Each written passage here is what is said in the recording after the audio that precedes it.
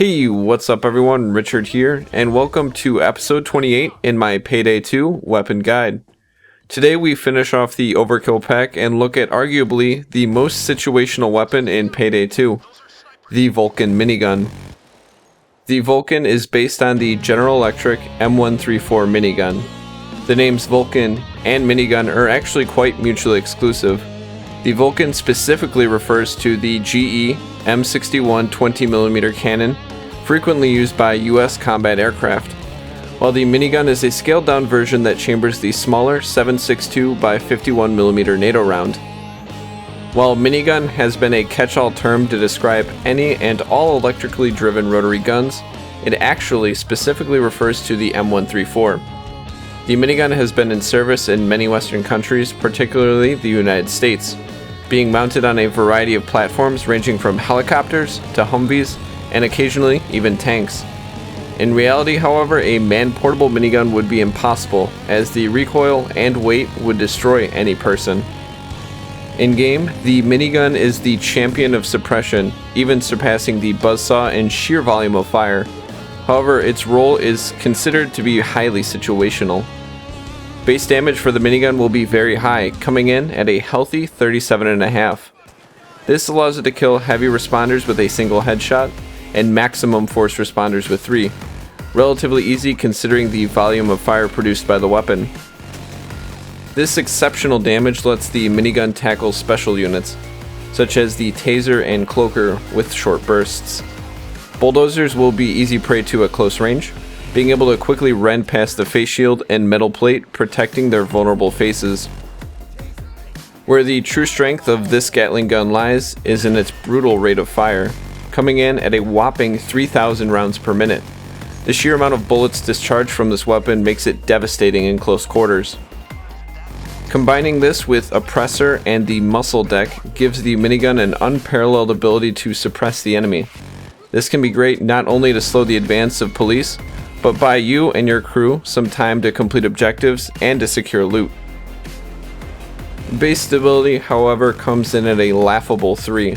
One of the lowest ratings in game. However, its recoil profile is significantly less than that of other weapons, meaning shot per shot recoil is relatively tame. Recoil can be easily counteracted during long bursts, and remember that this weapon is not an instrument of precision. It should not be a challenge to control this weapon within its effective range though. Accuracy, like stability, will be very low, with a base value of just 9.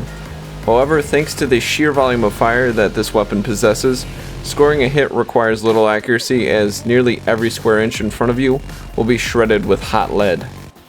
Magazine size for the minigun is the largest in game, at 750 rounds.